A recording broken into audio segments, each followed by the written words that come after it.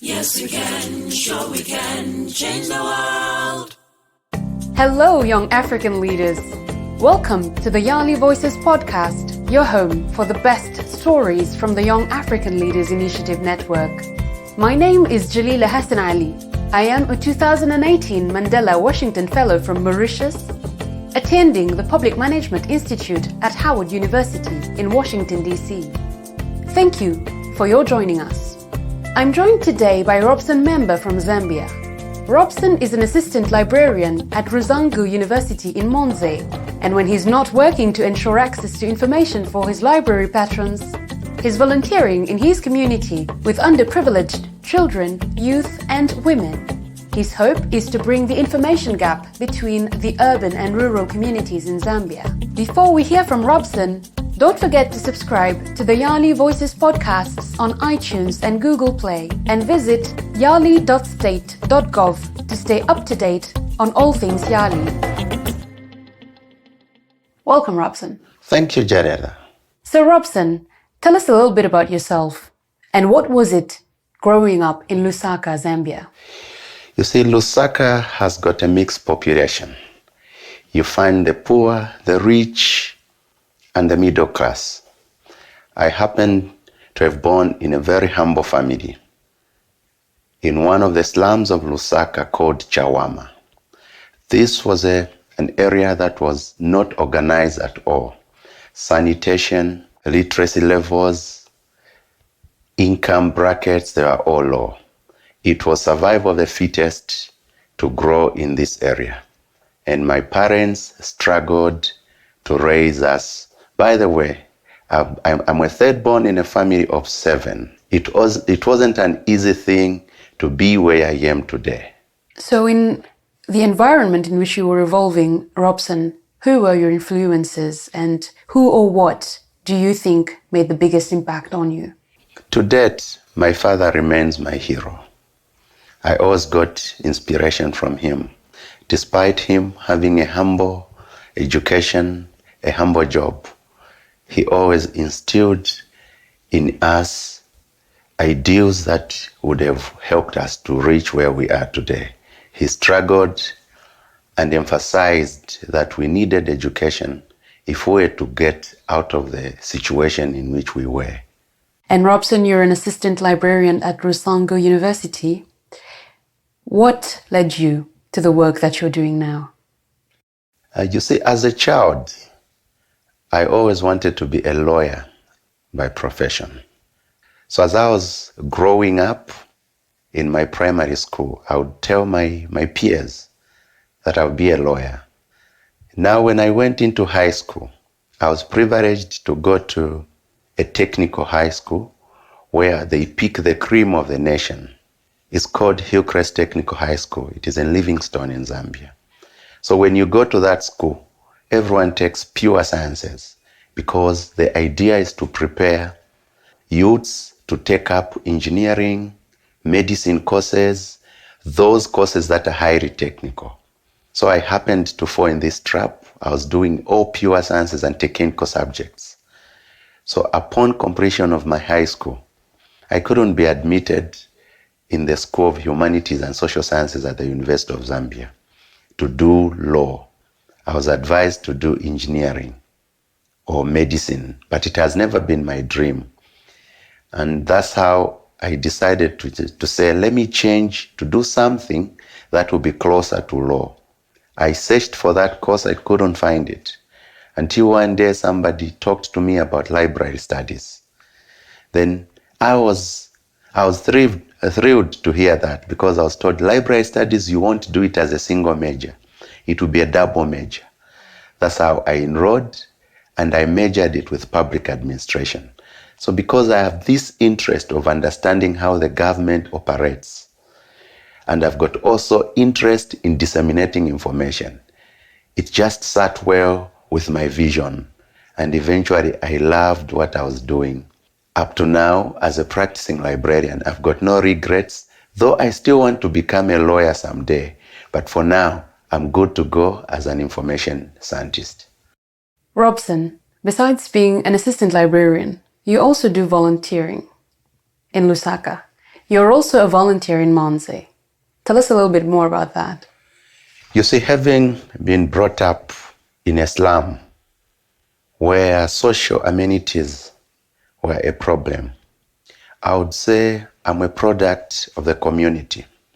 A lot of people contributed either materially, monetarily, others even just encouraging me. There are a lot of people who believed in me. So I feel I owe the community a lot. I may not manage to give them everything that they wish, but I've decided to say, despite me having a better job that gives me all I need and my family has everything, my conscience is not free to see my neighbor is hungry, to see a young girl, a young boy failing to go to school simply because the parents cannot afford.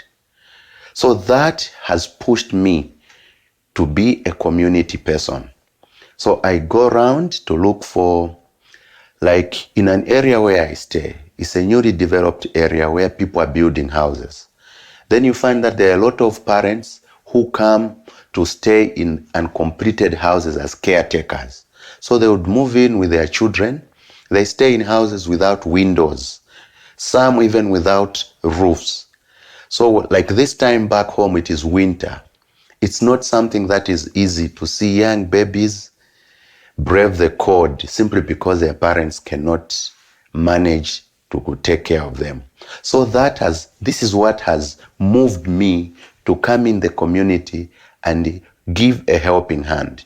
If I touch people's lives, I uplift them with a view of having a better Zambia tomorrow. And what are the specific tasks that you carry on in your community to help your community?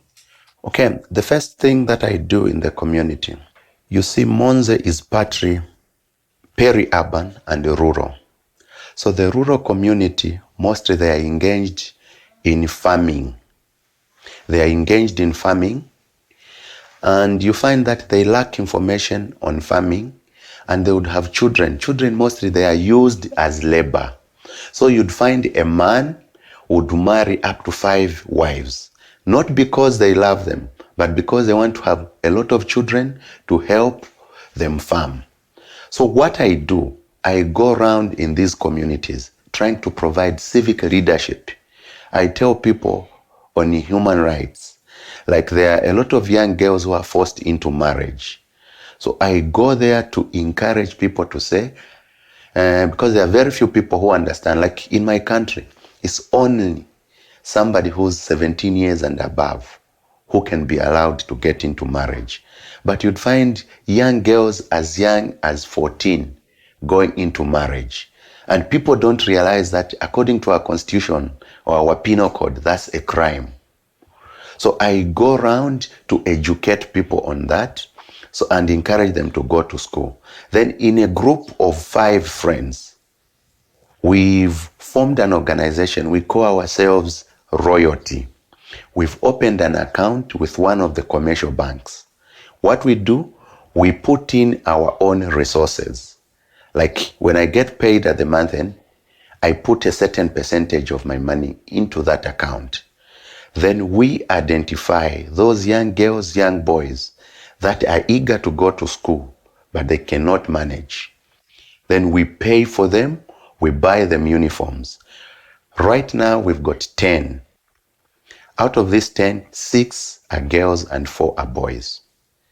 One of the ladies just qualified to go to grade 8, and we got her uniforms and paid for her school fees. So our vision is to have this organization get established. Then maybe we want to be looking at those ladies that have gotten pregnant and they cannot afford to take care of their babies. Then we want to be keeping them in one place in order to help them get careers. Like we can be imparting vocation skills in them, like tailoring, catering, so that at some point they can become independent and be able to sponsor their own children. On this journey, Robson, what was one of the hardest things you've had to overcome, and how did you do that? The biggest challenge that I had to overcome was cultural barriers.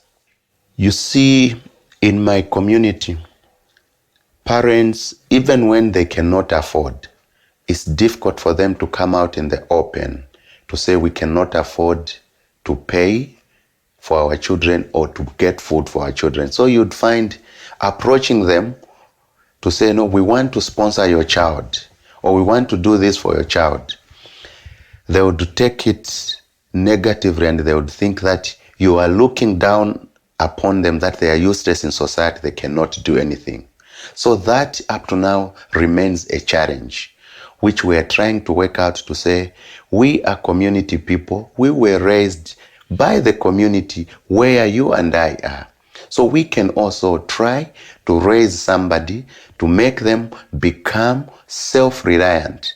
And if we try to encourage them to say, if in your family, maybe 2 of your children attend the education and become like employable in society, it's not only going to be your children who will benefit, your entire family, meaning there will be no vacuum of leaders for tomorrow, because we have a reservoir of people coming up to take up the challenge when others are gone. And do you have any success stories that you can share about your volunteer work? At my workplace, there's a program that we call Work Program. This work program, we identify needy students in society. Then they come in as students. Then they have 4 hours of working in a day. They work, then later on they go to class. We only give them 20% of their earnings to help them get like things like food and what. Then the rest goes towards their fees. So before I joined Rusangu, I was a leader of the youths in a church setup. I was looking after about 17 mission districts. We call them mission districts. There were 17. I was the chairman for the youths. So part of my job was to go around to teach youths on vocational skills, career development. So there was a friend I was working with. He is a good friend of mine. He never used to do anything. His role was only to go around, preach, teach people about Jesus, but he had no career. So when I joined Rusangu University, I felt guilty that there was a friend out there who did not have anything to do. I thought of him. Then one day I gave him a call. Say, I'm coming to Lusaka. Lusaka is about 190 kilometers away from the city, Monze, where I stay. I drove 190 kilometers. I went to meet him.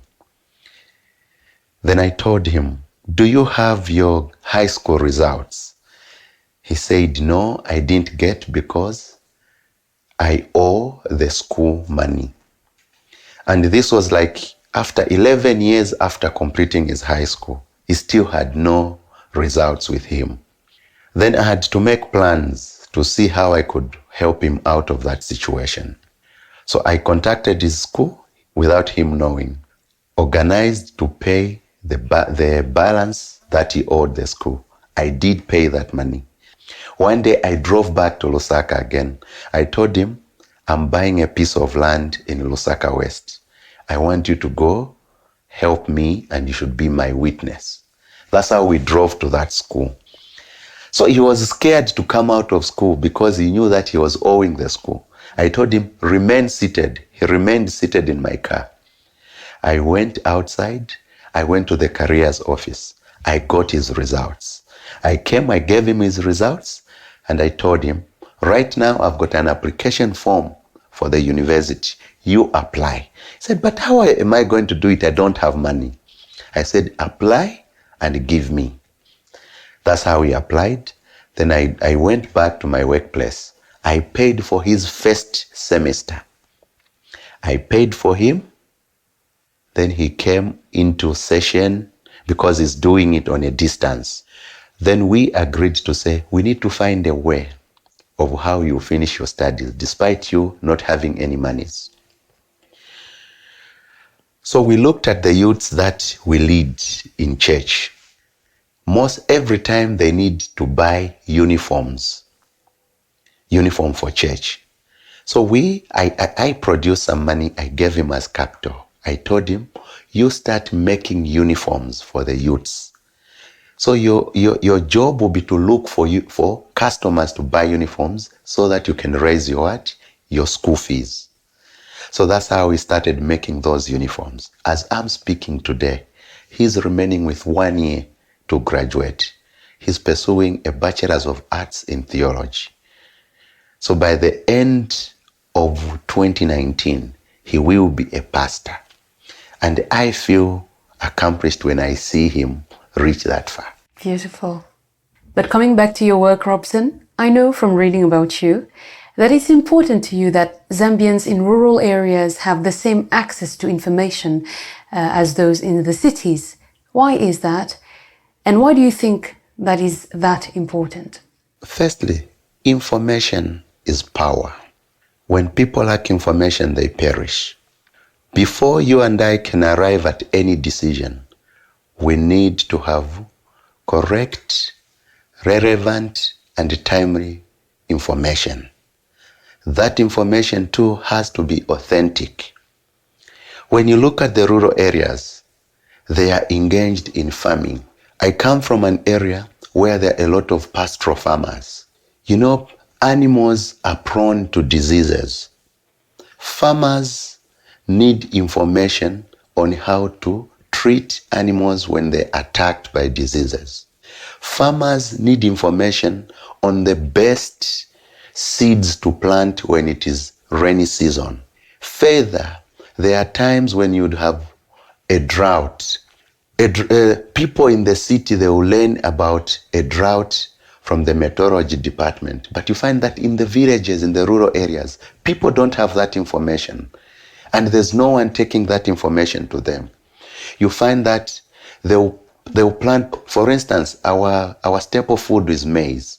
They'll plant maize that is late maturing without them knowing that there'll be a drought. But if they are empowered with information, they will know that the next farming season there will be a drought, and they will plant early maturing crops, thereby helping the community to have income through the maize and to have food that will improve the nutritional value among the communities. So to me, information is important. The biggest problem that we have now is on politics. Every 5 years, Zambia goes to the polls.